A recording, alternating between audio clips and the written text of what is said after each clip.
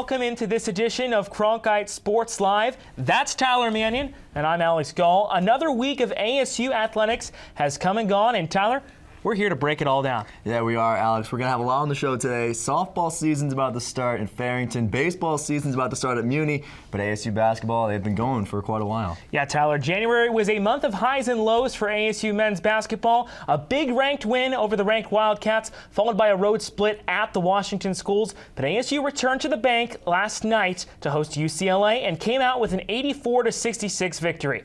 I checked in with ASU forward Alonzo Verge after the win.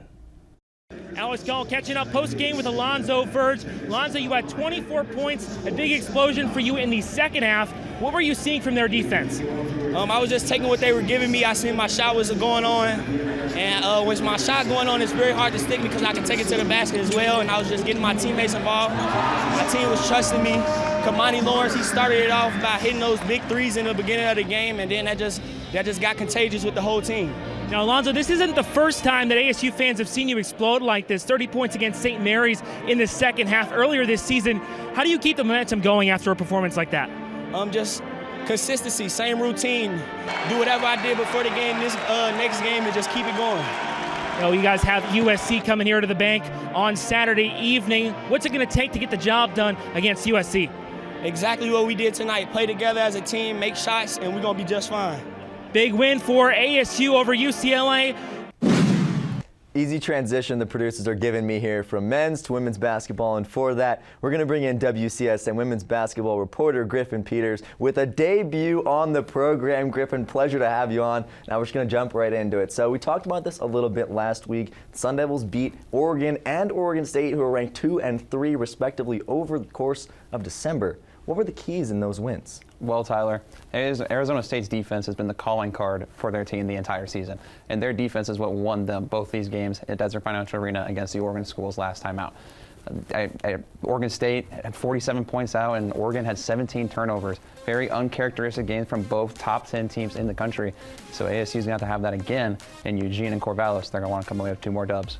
So this week, Oregon is still at number 3, Oregon State at number 9. Now that's nothing to scoff at, obviously. What makes these teams so special? Well, let's start with the team Arizona State's going to play first. That's going to be Oregon State. It's their dynamic duo at the guard position with Destiny Solakam and Michaela Pevic. These 2 guards are their 2 leading scorers, and when they're together on the court, they're just game wreckers. If the ASU can limit them from behind the line and limit their shot totals, they're going to have a little bit easier time getting the job done against the Beavers. Now, when we head to Eugene, the front runner for National Player of the Year, Sabrina Ionescu, is obviously the player to watch. She is one of the best players in basketball at running the pick and roll right now, and if ASU can limit her, then they'll have an easy time. But if they don't, it's going to be a long night for the Sun Devils. And we know it's so tough to slow down Sabrina Ionescu, putting up triple-doubles every night, it seems like. But on the ASU side of the ball, who do they need star-wise to step up from the weekend if they want to pick up 1 or maybe even 2 wins? Who knows? Well, you've heard this name a lot around ASU women's basketball this season. That is Jatavia Tapley, the senior transfer from USC. She's really broken onto the scene this year, but over the last 3 games, she's struggled. ASU has lost 2 out of their last 3 games, and she hasn't performed her best this season. In their 1 win against USC, it took 3 overtime. So if Jatavia Tapley gets going, ASU's going to have a lot easier of a time. Last time out against the Oregon schools, she was named National Women's Player of the Week. So they're going to need a performance like that out of Jatavia Tapley if they're going to want to come away with wins in Corvallis and Eugene this weekend. Griffin Peters, only a few inches shorter than Jatavia Tapley. You're skying over there, I don't know, 6'4", 6'5". What are you, 6'4", 6'5"? 6'5". 6'5", skying over there. You could be out on the court, Griffin, but thank goodness you're doing content for us. For more of Griffin's content, head on over to cronkitesports.com. Now, it is baseball season in the Valley, and for a breakdown of Tracy Smith's entire 2020 starters, here's our own Hunter Hipple.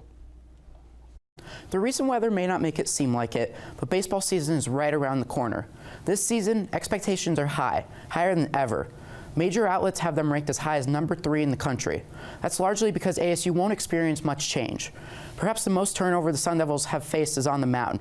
New pitching coach Jason Kelly comes in, along with Justin Fall, Seth Tomczak, and Cooper Benson, all of whom figure to have large roles at a staff that's looking to find success after struggling for a couple of heats. Catching those guys will be Nick Chiba and Sam Ferry. 2 catchers is a small amount for a D1 squad, but they represent the only change in the infield from last year. Gage Workman, Alika Williams, and Drew Swift and Spencer Torkelson all returned for their junior years. It's their last chance to lead ASU before the draft takes a toll on the group. The outfield, however, has seen some shifting. Arizona State will be starting a freshman center field as Sean McLean has converted from shortstop. Trevor Hauver figures to resume his role at left, while right will see Miles Denson start for the now departed Hunter Bishop. Don't be surprised to see Hunter Jupp get some action in there as well. If ASU's new faces on the mound and in the outfield play well, those high projections may not seem so daunting after all. Now, while ASU baseball starts their season next weekend, ASU softball season is already underway. As we speak, the Sun Devils are up 9-0 in the fourth inning of their game against Portland State. That's the first game of the season.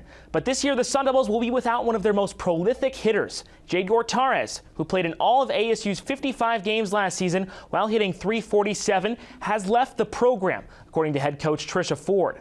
For a team currently ranked number 22, ASU needs to reload quick if they want to stay on track this weekend and beyond. And for more on the team, we send it out to Tempe for a recap of Media Day.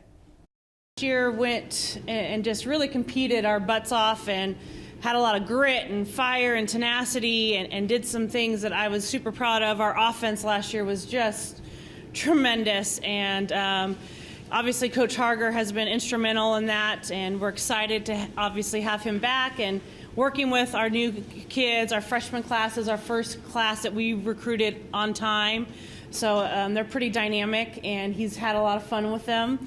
And in the pitching circle, we've gotten better. I mean, we have Cielo and Sam back another year, you know, in our conference and playing our schedule.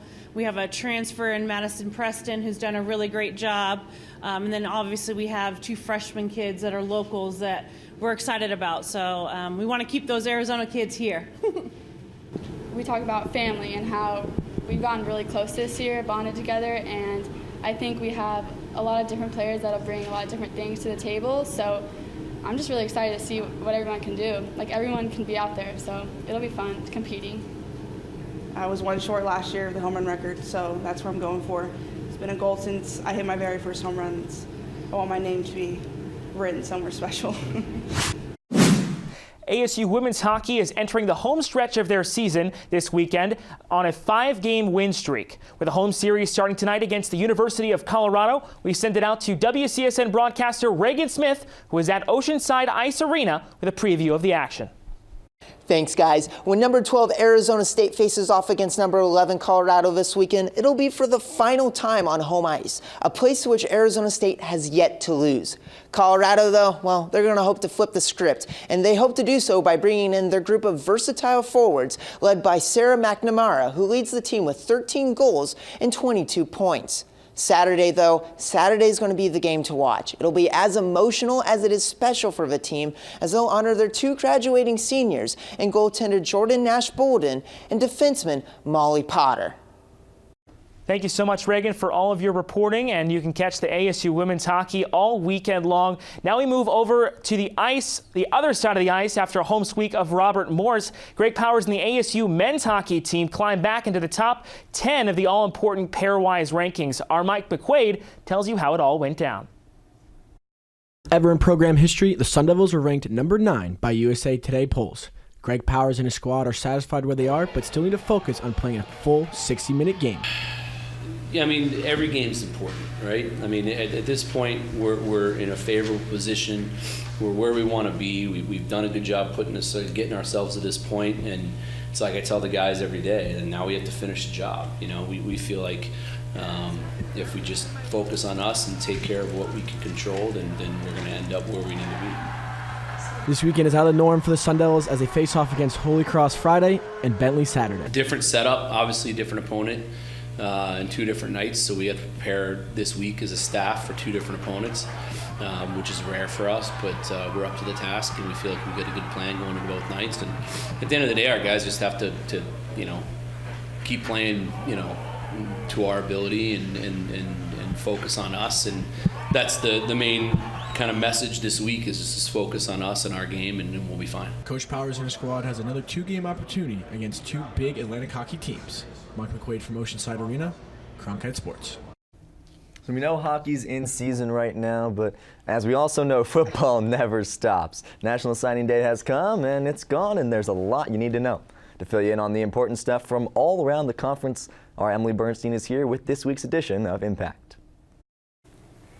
The recruiting class of 2020 is essential to the future of Pac-12 football. For the third straight year, no team in the conference reached the college football playoff. The recruits for this year's National Signing Day secured their spots as of Wednesday.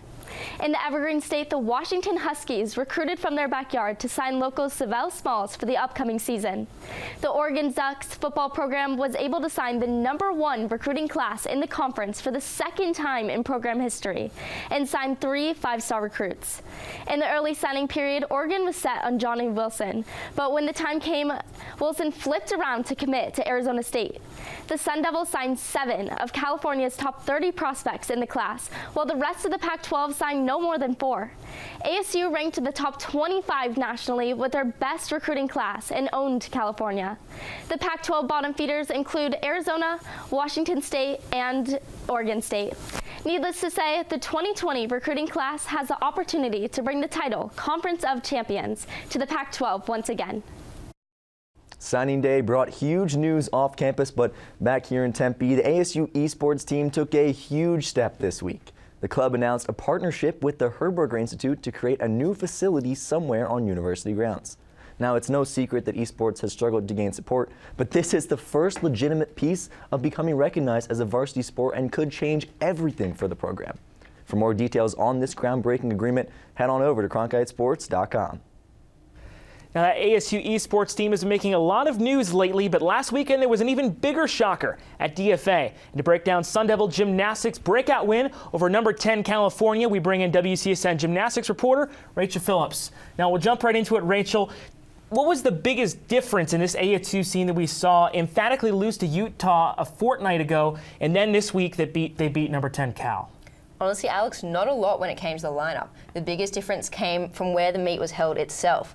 So the Utah meet was in Utah in front of a packed out house, and for 6 freshmen in only their 4th meet, that's a pretty intimidating experience. But the Cal meet, on the other hand, at ASU, Desert Financial Arena, in front of a hometown crowd, a little bit smaller, and for the Devils, the 6 freshmen, it was their 5th meet, so a little bit more experience underneath their belt. And as you can see there, it helped with a 2-point difference in their meet against Utah compared to Cal. Now, Rachel, you mentioned the 6 freshmen that are on this ASU team, but has there been a freshman standout? There definitely has. There's been 3 really key standouts. Gracie Reeves, Hannah Schaff, and Juliet Boy have all been really impressive. But Gracie Reeves, definitely the one to watch. Last week, she performed a Yurchenko 1.5 on vault, a blind landing, and a 10-point start value. The only ASU gymnast to perform a 10-point start value so far this season. On top of that, she had 3 career highs. 1 coming on vault, as we just saw, this one on beam, and then 1 on bars as well. So definitely the one to watch, and a very, very talented gymnast. Yeah, Rachel, that's super impressive. Now, the Devils are in for a tough task on Saturday when they take on number 9 LSU and number 22 Oregon State in a tri-meet. Now, Rachel, what can we expect from this team?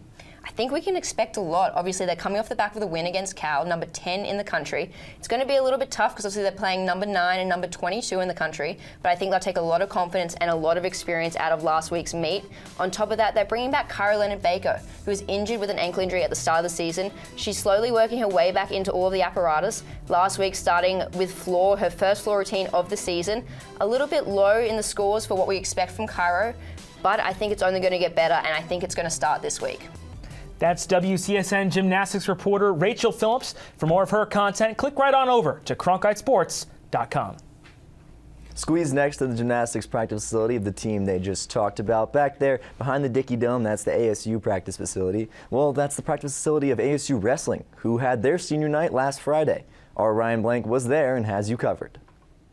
Sun Devil Wrestling returned home to Desert Financial Arena to take on the number 14 ranked Stanford Cardinal for senior night. This dual win over Stanford is the last home win for Z Jones's first full group of seniors during his time as an ASU wrestling coach. All 5 years that they were here, the 4 years that they were in the lineup, I mean, you could always count on them.